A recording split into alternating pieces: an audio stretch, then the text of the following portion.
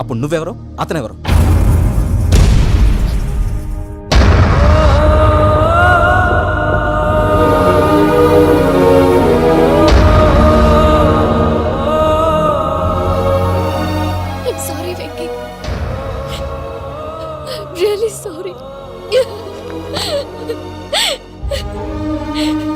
నేను చాలా తప్పు చేశాను వెంకీ.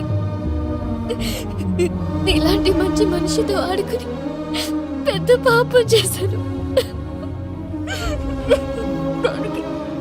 రోజు నరకం అనుభవిస్తున్నాను. I'm sorry, Venky. I'm sorry. Pooja please. Pooja please. తప్పు మీదే అని ఎందుకు అనుకుంటున్నారు? ఇందులో నా తప్పు కూడా ఉంది. ఏ చిన్న ప్రోగ్రామ్ ఇవ్వాలన్నా ప్రేక్షకులు ఎలా రిసీవ్ చేసుకుంటారని 1-10 సార్లు చెక్ చేసుకునేవాడిని. అలాంటిది జీవితానికి సంబంధించిన ఈ విషయంలో ఆ పని చేయలేదు. భార్యని మహారాణిలా చూసుకోవాలనుకోవడంలో తప్పులేదు, కానీ మహారాణిని భార్యగా చేసుకోవాలనుకోవడం తప్పని తెలుసుకోలేకపోయాను. నా లైఫ్ అంతేనండి. ఎవరో ప్రోగ్రామ్ అరేంజ్ చేస్తారు, ఎవరో స్పీచ్లు ఇస్తారు, మధ్య మధ్యలో జనాన్ని బోర్ కొట్టకుండా ఎంటర్టైన్ చేయడం కోసం నాలాంటి వాడిని పిలుస్తారు. జనం చప్పట్లు విని ఆ ప్రోగ్రామ్ అంతా నాదే అనుకుని సమర్పడిపోయేవాడిని. ఆ తర్వాత తెలిసేది I'm a joker, just a joke. Sorry Venky. It's okay Ajay, దేనికైనా రాసి పెట్టుండాలి. You are lucky. పూజ గారు, మీరెప్పుడూ సంతోషంగా ఉండాలని కోరుకునేవాడిని. ఇప్పుడు అదే కోరుకుంటున్నాను. మీ ఇద్దరిని ఇక్కడి నుంచి తప్పించే బాధ్యత నాది. అజయ్, నన్ను నమ్ము.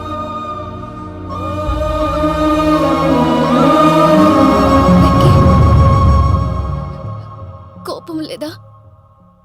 జస్ట్ కొంచెం బాధగా ఉంది. అక్కడ మా వాళ్ళందరూ సంతోషంగా, ఈ విషయం వాళ్ళకి ఎలా? నో ప్రాబ్లం, నేను మేనేజ్ చేస్తాను.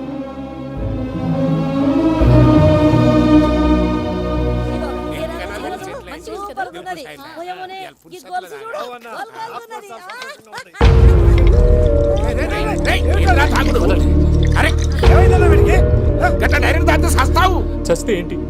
నేను చస్తే ఎవరికి నష్టం? పెళ్లి పెట్టుకుని ఏమిట్రా మాటలు?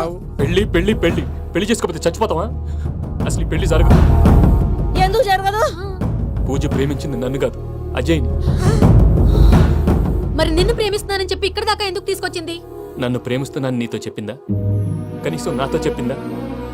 ఎవడో చెప్పిన మాటలు నమ్ము ఫూల్ లాగా ఇక్కడ దాకా తీసుకొచ్చింది నేను. నాది తప్పు. గుండెల్లో పెట్టుకుని చూసుకుందాం అనుకున్నాను బాబాయ్. అలాంటిది నా కాళ్ళ మీద పడి క్షమాపణ అడిగింది. వాళ్ళిద్దరిని ఇక్కడి నుంచి తప్పిస్తానని మాటిచ్చాను.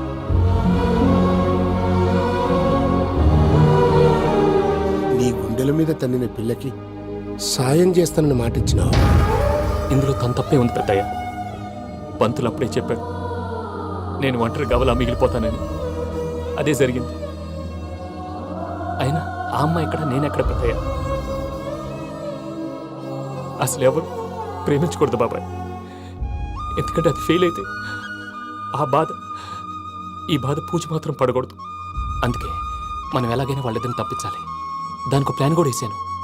పిచ్చం కన్నా నిన్ను బాధ పెట్టినోళ్ళు కూడా బాగుండాలనుకునే నీ ఎస్సంటోళ్ళు వదులుకోవటం ఆ పిల్ల దురదృష్టం రా. తను చాలా మంచిది పెద్దయ్య. ఇందులో తప్పంతా ఆ ప్రసాద్ గాడిదే. వెంకీ, మీకు షాకింగ్ న్యూస్ అయ్యా. ఏంటి సార్ అది? వాళ్ళు మనల్ని ఇక్కడ పిలిపించింది నీ పెళ్లి చేయడానికి కాదు, నిన్ను లేపేయటానికి. ఎలాగైనా మమ్మల్ని ఇక్కడి నుంచి తప్పించి వెంకీకి నాకు పెళ్లి చేయమని పూజ ఒకటే ఏడుపు. అందుకే మీరే ఏదో ప్లాన్ చేసి నన్ను అజయ్ని పూజని ఇక్కడి నుంచి తప్పించి ఏర్పాటు చేయండి. హరియప్, నాదే ఉంది ముసలి ప్రాణం. నీకేమైనా జరిగితే పూజ అయిపోతుందో చెప్పు. ఏమవుతుంది? ఏమవుతుందంటావంటే బుర్ర లేకుండా చచ్చిపోతుంది. చచ్చిపోద్ది.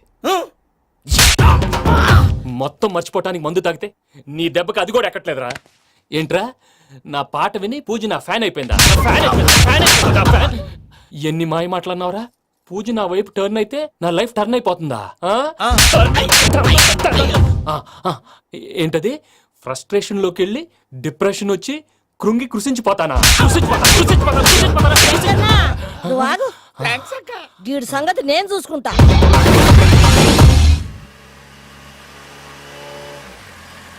Thanks Venky. Thanks for everything. It's okay Ajay. వాళ్ళకి నిజం తెలిసే లోపల మనం ఇక్కడి నుంచి బయటపడాలి. ఎయిర్పోర్ట్లో మూర్తి టికెట్స్తో రెడీగా ఉన్నారు. అక్కడికి వెళ్ళాక మర్చిపోకుండా ఫోన్ చేస్తారు కదా. Of course Venky. ప్రేమ ఎంత మధురం ప్రియురాలు